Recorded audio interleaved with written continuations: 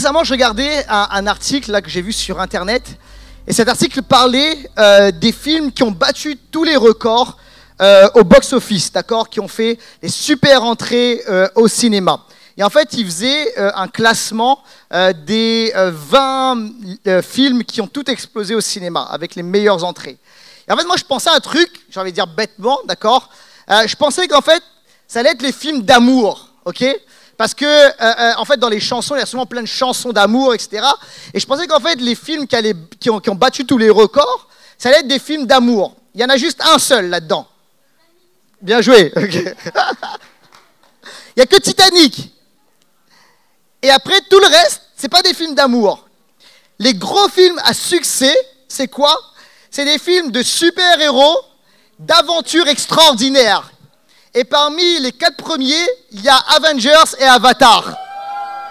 Dès qu'Avengers, il y a des gens tout à l'heure, vous avez plus dit wow quand il y avait. Quand j'ai dit Avengers que j'ai dit. Non, je rigole. C'est pas vrai. Donc, non, moi je suis un fan d'Avengers, hein. Soyez relax, et qu'on n'est pas dans un lieu religieux, etc. Mais pourquoi? C'est les films de super-héros, les films d'aventure, c'est ce qui pousse les gens à aller au cinéma. Pourquoi? Parce que je crois qu'il y a chez l'être humain, naturellement, un désir de vivre de grandes choses. Un désir de conquête. Autrement dit, un désir de vivre quelque chose d'ambitieux. De vivre de l'ambition. Alors le souci, c'est quoi? C'est que parfois, lorsqu'on arrive dans l'église, et moi je l'ai expérimenté, tu arrives dans l'église, et il y a une sorte de tension, parce que souvent, l'ambition est perçue comme quelque chose de négatif. D'accord? Souvent, c'est perçu comme de l'ego, de l'orgueil. Mais moi, je ne crois pas. Et je crois qu'il y a une fausse pensée, une fausse mentalité par rapport à cela. Et ça va apparaître à l'écran, mais je crois qu'il faut séparer la notion d'ambition et la notion d'arrogance. Et il faut entrer dans quelque chose d'autre. Et je crois que bibliquement, spirituellement, l'ambition est égale foi. Jésus a dit ceci dans Matthieu, chapitre 8, verset 13. Jésus dit au centenier, va et qu'il te soit fait selon ta foi. Et à l'heure même, le serviteur fut guéri. Alléluia. Et en fait, dans cette histoire, si tu regardes, il y a toute une dimension d'audace. Où ce centenier romain est allé auprès de Jésus. Et il a dit, même à distance, il y a quelque chose qui peut se passer. Il était ambitieux pour le miracle et pour la guérison et pour expérimenter quelque chose de glorieux et d'extraordinaire. Et je crois qu'on doit sortir de cette mentalité de petitesse dans l'Église. C'est petit, médiocrité, etc., etc. Et de la fausse humilité. Lorsque je suis devenu chrétien, j'ai mon oncle qui est pasteur à La Réunion qui m'a lancé une phrase et c'était comme un tatouage dans mon âme. C'est toujours resté à l'intérieur de moi. Cette parole, c'est la suivante. Il m'a dit ceci, nous avons un grand Dieu, nous devons voir grand. Et à quelques mois de conversion, cette phrase-là m'a impacté et j'ai commencé à rêver grand, à rêver de manière ambitieuse pour Dieu, à rêver de grandes choses pour la gloire du Seigneur. Quelqu'un a dit amen à cela. Alors j'ai repris cette phrase puis je l'ai un peu remixée à ma façon et ça va donner ça apparaît à l'écran. Nous avons un grand Dieu, nous devons refuser d'insulter Dieu avec de petites prières et une petite vision. Vous êtes avec moi ou pas? Je vais le redire. Nous avons un grand Dieu. Et nous devons refuser d'insulter Dieu avec de petites prières et une petite vision. Moi, je m'adresse à tout le monde, mais je voudrais particulièrement, et pour un temps là, m'adresser particulièrement aux gars. Les gars, c'est pas une mauvaise chose d'être ambitieux, spirituellement. Et même, je crois que Dieu a placé en nous un désir d'ambition. Et même, c'est naturel, et je veux dire ceci, c'est physiologique. Suivez-moi bien. Vous savez, il y a des différences physiologiques entre les gars et les filles, d'accord? Et je voudrais juste poser ça quand même. Les hommes et les femmes sont égaux. Amen, bibliquement. Vous êtes là ou pas? Ok. Les filles, vous êtes là? Ça va? Ok, d'accord. D'accord. Les hommes et les femmes sont égaux, mais en même temps complémentaires. Il y a des différences, ok? Et parmi les différences, il y a une différence qui est physiologique, qui est de l'ordre de la biologie, qui est naturelle. C'est le niveau de testostérone. J'explique ça. Un homme adulte, d'accord, a 7 à 8 fois plus de testostérone qu'une femme. D'accord? C'est cette hormone qui est bien plus développée chez les hommes. Alors, ça fait quoi, Laurent? Ça change quoi? La testostérone, c'est une hormone qui pousse à certaines choses.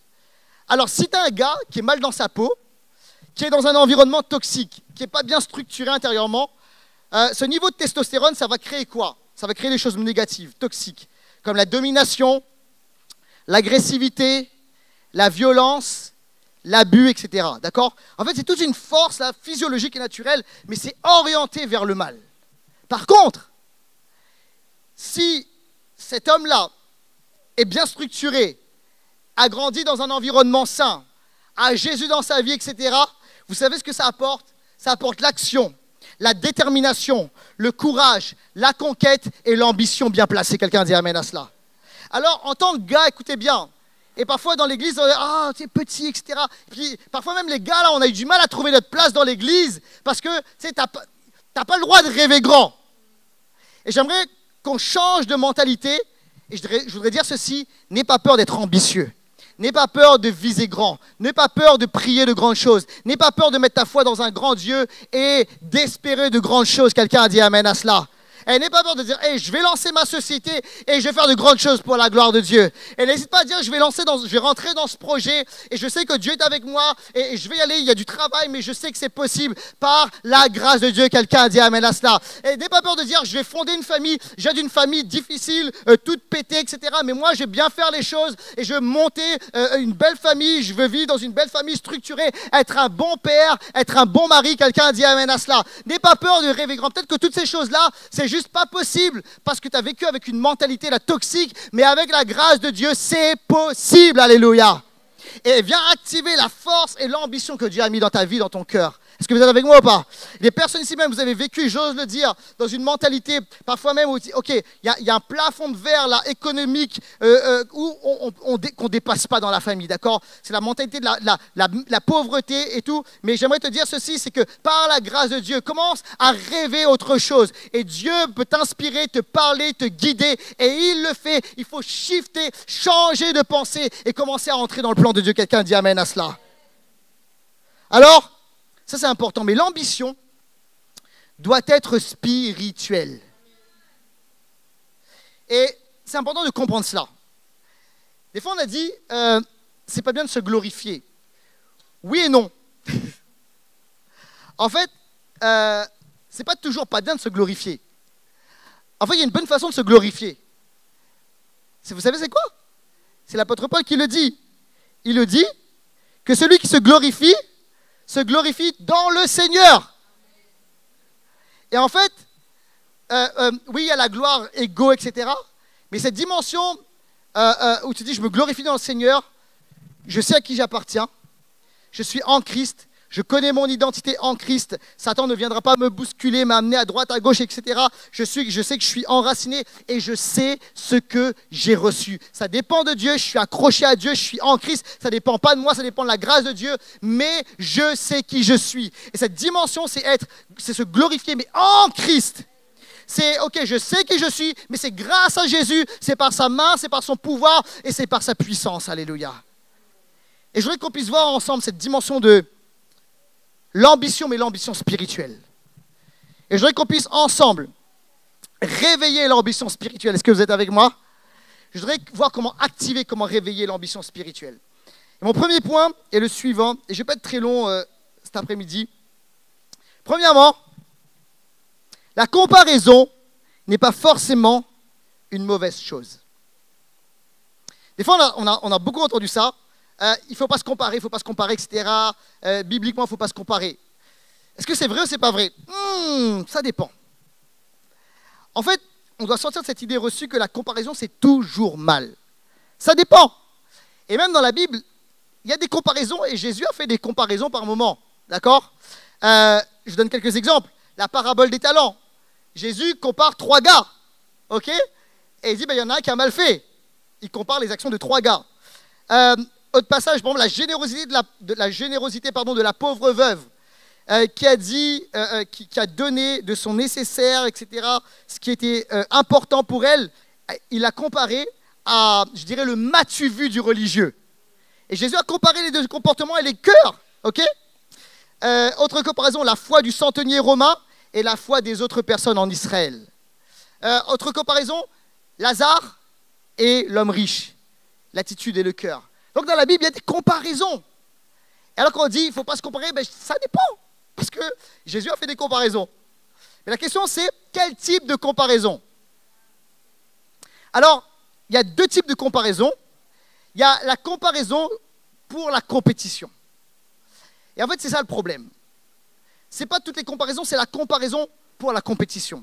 Je voudrais vous illustrer ce qu'est la compétition, ce qu'est la dimension, l'esprit de compétition, la comparaison pour la compétition. Et on va lire un texte ensemble qui se trouve dans Jean. Alors, vous savez que l'évangile de Jean a été écrit par... Ok, là, il faut vraiment que vous veniez au cours de doctrine. Ok. Certains se disent, c'est trop facile, il y a un piège. Non, il n'y a pas de piège. Ok, on va la refaire. Ok, l'évangile de Jean, c'est écrit par Jean, l'apôtre Jean. Wow, ok. Ok. Et alors déjà Jean il est drôle. Vous savez, il est drôle parce qu'il écrit l'évangile de Jean. Et vous savez comment il se nomme dans son évangile? Exactement. Il se nomme lui-même le disciple que Jésus aimait. En fait, ce qu'il faut comprendre à ça, le disciple que Jésus aimait, 3 petits points plus que les autres. Okay? Et c'est ça que ça sous-entend. Et j'aime bien parce que, en fait, il y a un esprit il y a une mentalité de compétition et Dieu l'a laissé dans sa parole parce qu'il y a des choses qu'on peut voir. Et on va lire le récit de la découverte de la résurrection. Et ce récit, c'est la compétition. Et je vous assure, si vous savez pas c'est quoi la compétition entre les gars, allez voir des enfants de 8-9 ans jouer au foot. Et ils veulent tous être attaquants. D'accord? La dernière fois, il n'y a pas très longtemps, mon fils a joué milieu. Le soir, il m'a dit, papa, le coach, il m'a mis milieu. Mais moi, je ne suis pas milieu, moi. Papa, je suis un buteur. C'est pas possible, il faut que je lui parle, d'accord? Alors, même milieu, c'est pas possible, parce qu'ils veulent tous marquer des buts, d'accord?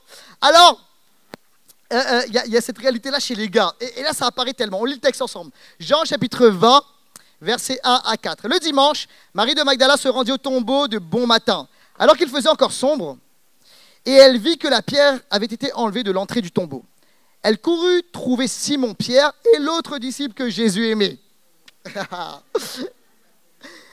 Et leur dit, ils ont enlevé le Seigneur du tombeau et nous ne savons pas où ils l'ont mis. Pierre et l'autre disciple sortirent donc et allèrent au tombeau. Écoutez bien ceci. Ils couraient tous les deux ensemble. Imagine la scène. Les gars tapent un sprint. D'accord? Et il y a Jean, Pierre, ils courent, d'accord? Et les deux veulent arriver le plus rapidement au tombeau. Et écoutez bien ceci. Les deux couraient ensemble. Mais l'autre disciple, sous-entendu, moi, courut plus vite que Pierre et arriva le premier au tombeau. Traduction moderne 2023. Pierre, chais. C'est tellement... il faut lire le texte tel qu'il est. Il dit, on a tapé un sprint. Pierre, peut-être qu'il s'est pêché, mais le gars qui court plus vite, c'est Bibi, c'est moi. Et j'ai vu d'abord, je suis arrivé d'abord en premier au tombeau. Et ça, c'est quoi?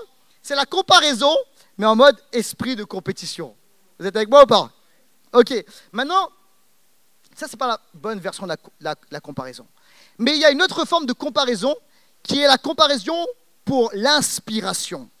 Et c'est ce que dit l'apôtre Paul. Et l'inspiration, c'est bon, les amis. Philippiens chapitre 3, verset 17. Soyez tous mes imitateurs, frères et sœurs. Quoi?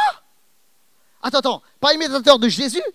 Non, il ose dire, soyez mes imitateurs à moi. Ok? Portez le regard sur ceux qui conduisent suivant le modèle que vous avez en nous. Ok? Et en fait, l'apôtre Paul explique quelque chose. Il dit qu'il y a une bonne comparaison, c'est celle qui va inspirer. C'est celle qui va prendre comme modèle. Comment tu peux savoir que tu n'es pas sur le bon chemin? Comment tu peux savoir comment faire et comment faire mieux si tu n'as pas de modèle de comparaison dans le bon sens du terme? Et on a besoin, et les gars, nous avons besoin de modèles. un des problèmes de notre société et ce qui fait, je crois, la déchéance de la jeune génération des fils, c'est qu'il n'y a pas suffisamment de modèles. Nous manquons cruellement de pères droits qui marchent avec Dieu, qui élèvent leurs fils dans la droiture, dans l'honneur, dans l'amour, dans la valorisation. Quelqu'un a dit amen à ça. Et qui montrent l'exemple parce que, oui, la vie parle plus que les mots. Et dans l'église, peut-être que toi, tu as grandi dans un contexte et dans une famille déstructurée, où tu n'as pas eu de modèle paternel. Peut-être qu'il y a des gens qui vont nous regarder sur YouTube et vous avez grandi dans un contexte où c'était difficile, peut-être sans père à la maison. Papa a quitté le foyer, est parti très jeune. Et il y en a tellement, et les statistiques même disent qu'il y en a beaucoup plus aujourd'hui qu'avant. Où papa est là, mais papa, ça serait même mieux qu'il ne soit pas là en vrai. Parce que ce qui se passe à la maison, c'est terrible.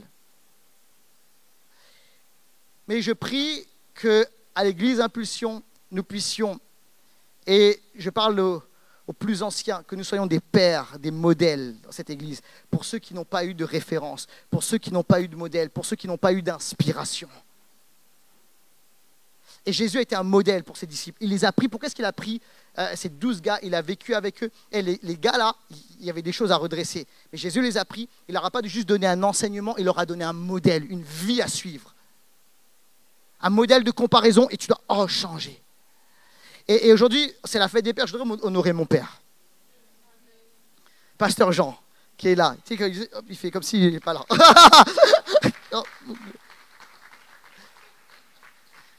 Et je vous le dis, j'ai 38 ans aujourd'hui, et demandez à mes sœurs, c'est un homme et un père exceptionnel.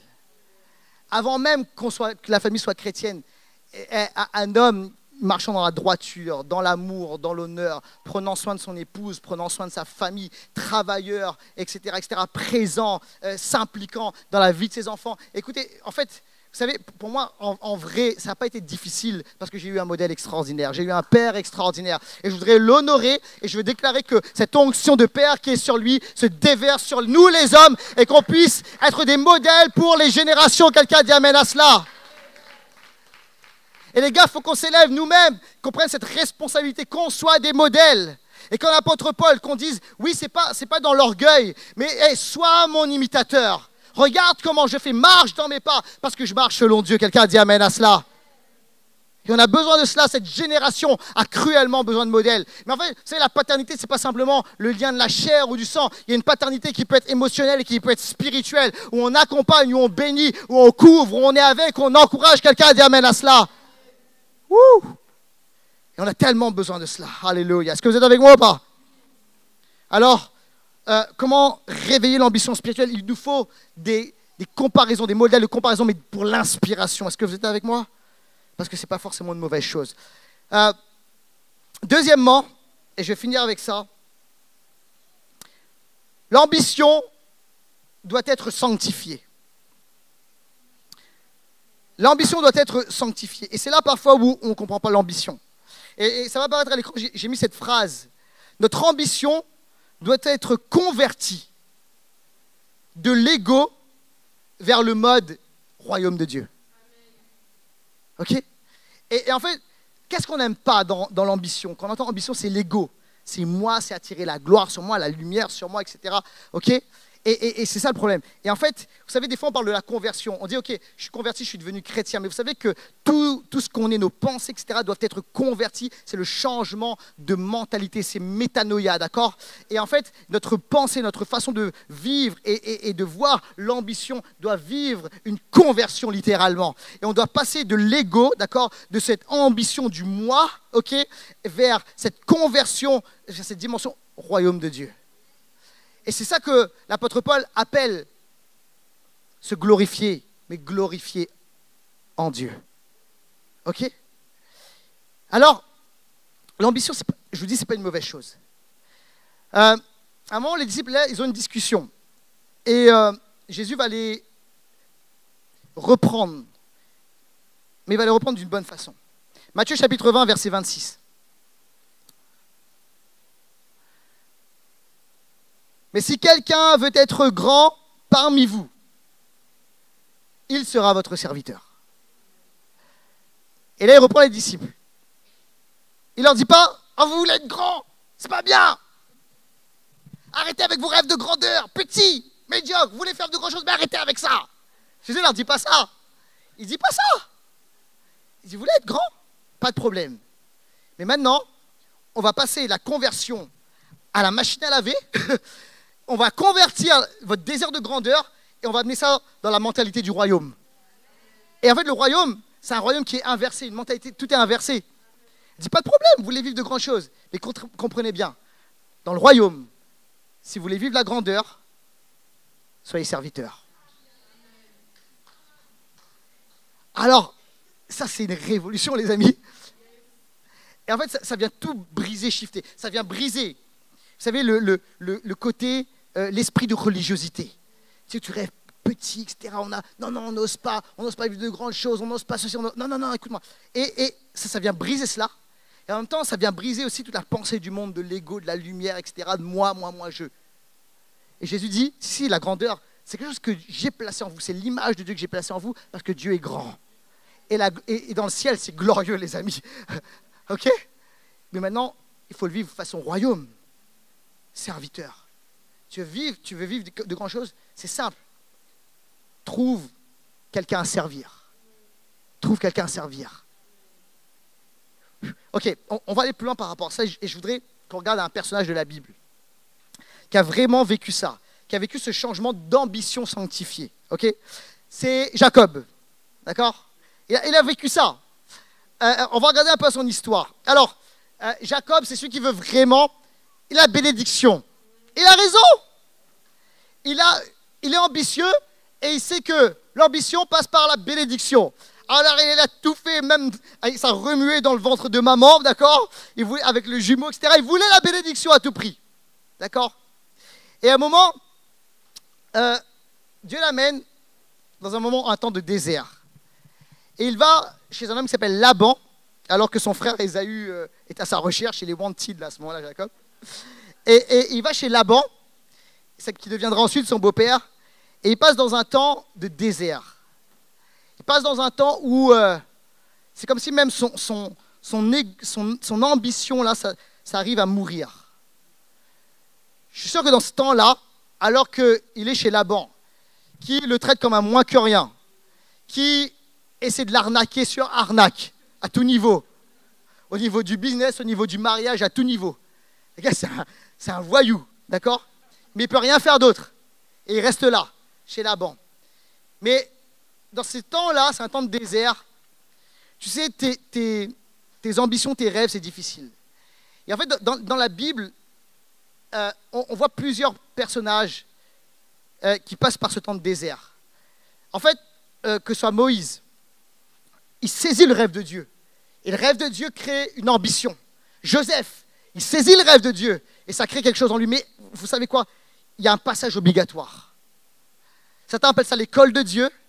Et c'est le temps où tu dois passer par un temps de formation, de réformation, même de transformation. Et c'est le temps où Dieu te tient caché, il t'amène dans le désert. Et il t'amène à quoi? Il t'amène à mourir. Il faut mourir à soi-même. Serviteur. Quoi, j'ai ce grand rêve? Comment ça, serviteur? Et moi, j'ai marché avec Jésus, quel serviteur? Jésus, non, vous voulez être grand, servez. Et ça, c'est le temps du désert. C'est le temps où on meurt à soi-même. Mais on ne fait pas que mourir à soi-même. C'est le temps aussi où on va revivre. Mais lorsque tu ressuscites, tu revis. Et à chaque fois, vous savez, c'est la croix, les amis. La croix est partout. Il y a la mort, il y a la résurrection, il y a la crucifixion. Et ensuite, on revit. Et lorsque tu revis transformé, changé, une mentalité nouvelle. Et alors, par contre, c'est ce moment qui n'est pas facile. Certains n'ont pas compris. Et les gens ici, peut-être que vous êtes dans un temps de désert, un temps où Dieu vous a amené à mourir à vous-même. Et en fait, l'ambition, les rêves, tu as oublié tout cela. Et parfois, ce n'est pas facile parce qu'on est dans ce temps-là et puis on arrive dans un temps où on est découragé. On dit, mais c'est fini les rêves, c'est fini tout cela. Et je crois que Dieu va nous donner des éléments pour repartir. Des fois, il va créer quelque chose pour nous remettre en chemin. Et Dieu va, dans un moment particulier, il va réactiver la bonne ambition sanctifiée de Jacob. Et on lit le texte ensemble. Genèse 32, 25 à 29. Jacob resta seul. C'est alors qu'un homme lutta avec lui jusqu'au lever de l'aurore. Voyant qu'il n'était pas vainqueur contre lui, cet homme le frappa à l'emboîture de la hanche et celle-ci se déboîta pendant qu'il luttait avec lui. C'est du MMA spirituel. Il dit, laisse-moi partir car l'aurore se lève.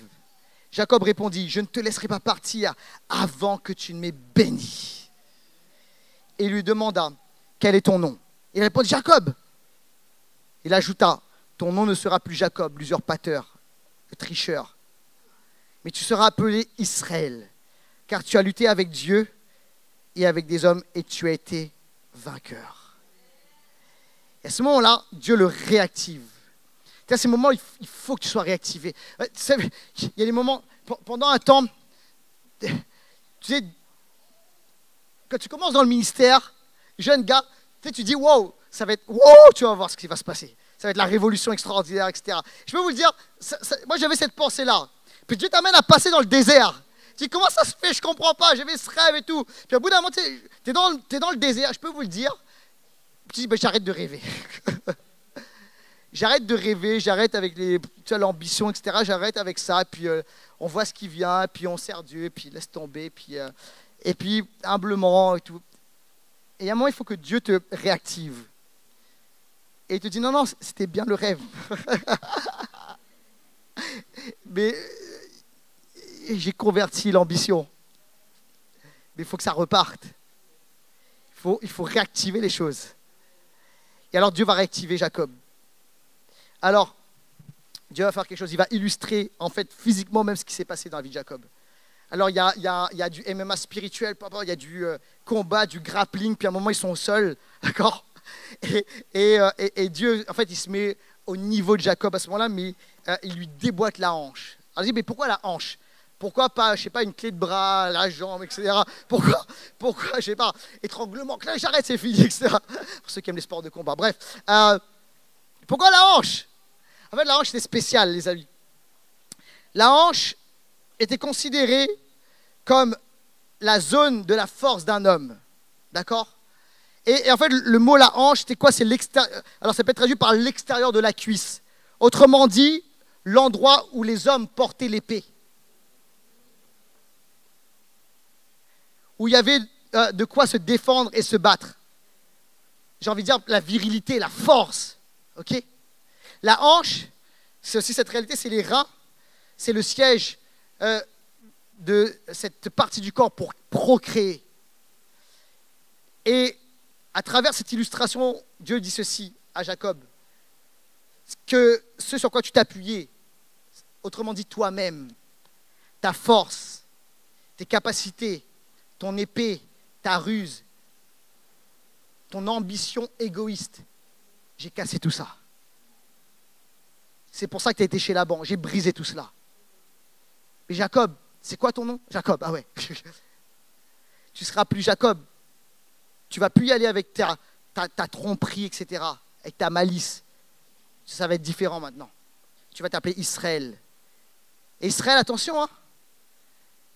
Ça veut dire plusieurs choses, mais ce n'est pas un truc, tu sais, genre médiocrité. Tu vois, Jacob est à terre. Tu vois, ça veut pas dire, tu vois, l'homme brisé à terre. Ça ne veut pas dire, tu es un vermisseau. Ça ne veut pas dire ça. Ça veut dire deux choses. Israël, ça veut dire Dieu triomphe. Dieu au-dessus. L'ambition est pour Dieu, pour la gloire de tout vient de Dieu. Je suis attaché à Dieu. Écoute-moi bien, tu ne peux pas réussir sans Dieu. Tu as besoin de Dieu dans ta vie. Tu dois laisser Dieu triompher dans ta vie.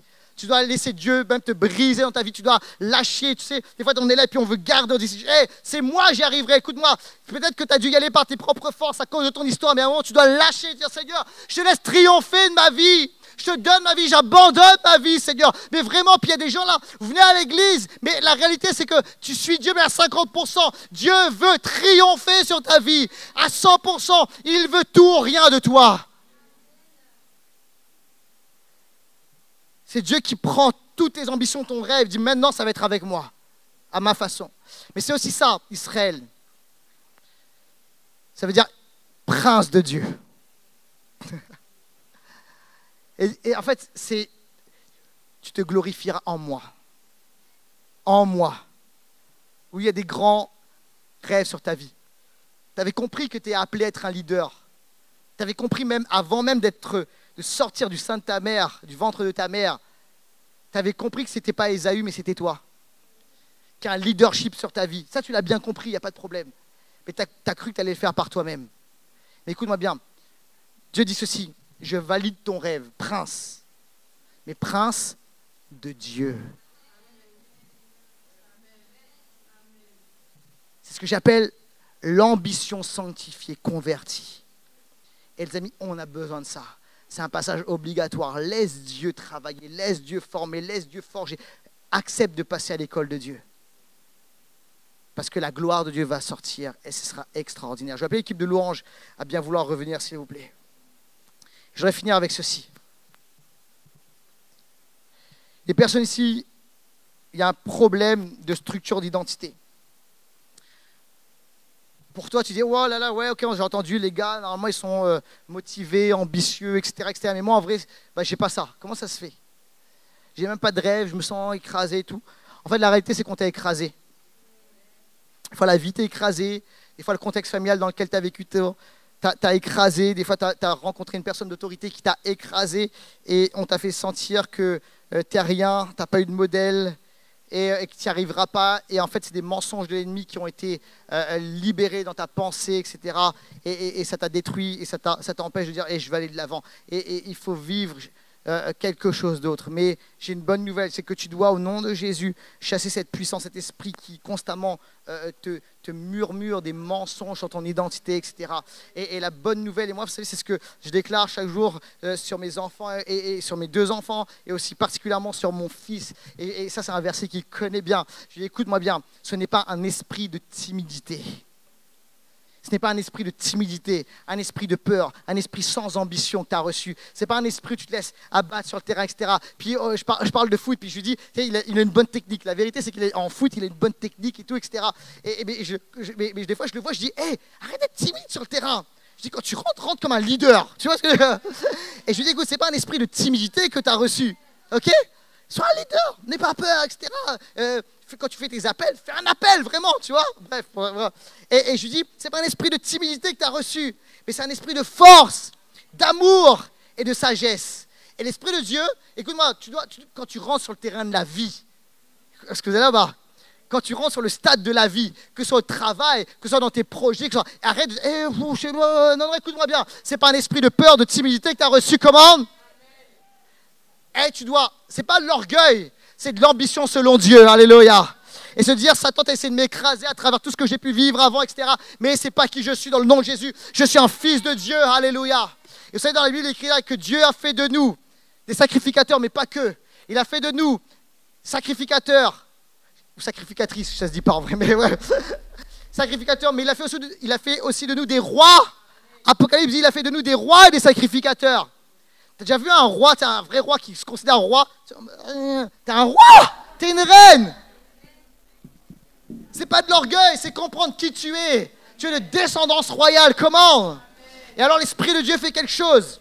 C'est un esprit de force, d'amour et de sagesse, les 3. Alors l'Esprit de Dieu, c'est un esprit de force. Ok? Des fois on dit, ouais, non, ça c'est pas l'Esprit de Dieu. L'Esprit de Dieu te fortifie, alléluia. Il te donne la puissance, l'énergie, l'onction, l'audace. Il te donne l'esprit de conquête, quelqu'un a dit amen à cela. Il te donne l'esprit d'ambition selon Dieu, quelqu'un a dit amen à cela. Et il te fortifie au nom de Jésus, j'y arriverai. Satan, tu es vaincu. Dieu a une destinée pour moi. Il te donne aussi, c'est un esprit de force, d'amour. Ça c'est important. C'est aimer Dieu et tu aimes ton prochain. C'est la force, mais pas la force qui détruit, pas la force là, qui écrase. Cette force qui va servir, qui va aimer. Et regardez bien comment l'équilibre de ce passage. Ok, je vais y aller, c'est pas la timidité, mais c'est pas non plus cette dimension-là où je viens écraser ou dominer. Cette dimension où je viens avec la force de Dieu, mais je viens avec amour. Je sais qui je suis, mais je suis là aussi pour bénir et pour libérer l'amour. Et c'est un esprit de sagesse. La sagesse, c'est la stratégie, c'est l'intelligence spirituelle. Est-ce que vous êtes avec moi ou pas? Et en fait, là, écoute-moi bien, lorsque tu arrives là et que tu dis, ok, j'entre dans l'audace, j'entre dans l'ambition, Dieu va faire quelque chose, c'est qu'il va te donner ces trois choses. Il va te donner la force, il va te donner l'amour, mais il va te donner aussi la sagesse, il va te donner un plan stratégique, il va te donner des idées, il va te donner une structure, il va te dire comment faire. Quelqu'un dit amen à cela. Et ça, c'est quoi? C'est changer. Et c'est passer d'un état où je suis écrasé au réveil de l'ambition spirituelle. Et en tant qu'individu, on doit vivre cela, et en tant que communauté, on doit vivre ça dans le nom de Jésus. Au nom de Jésus. J'ai dit, on va prendre des lieux au nom de Jésus. On est à la recherche d'un nouveau lieu. Et tu sais, des fois, on dit, ok, on ne va pas prendre le lieu ce qui nous arrive, ce qui nous est proposé, petit, pourri, non, on ne prendra pas ça. Et on va se dire, au nom de Jésus, on a un Père qui est riche, on va prendre un bon lieu glorieux, un endroit digne où il y a l'excellence, qui reflète la gloire de Dieu. On va pas dire, non, mais t'inquiète. Non, c'est fini ça. Et change. Commence à prier une grande prière. Commence à voir grand. Et s'il faut convertir ton ambition en mode royaume, et continue à rêver avec Dieu. Et des gens là, Dieu veut aussi réactiver. Je te dis, ok, tu es passé par un temps de désert. Tu as dit, moi, j'y arrive pas, les portes se ferment, je comprends pas, etc. Non, t'inquiète pas, Dieu a voulu te cacher pour un temps. Pour un temps, mais pas tout le temps. Et là, Dieu te dit, maintenant, c'est le temps de ressortir. Pars de chez Laban. C'est le temps de repartir. Et je t'appelle prince de Dieu. Je t'appelle princesse de Dieu. Commande. Je t'appelle Dieu triomphe. Parce que tu vas y aller avec moi. Est-ce qu'on peut se lever ensemble, s'il vous plaît?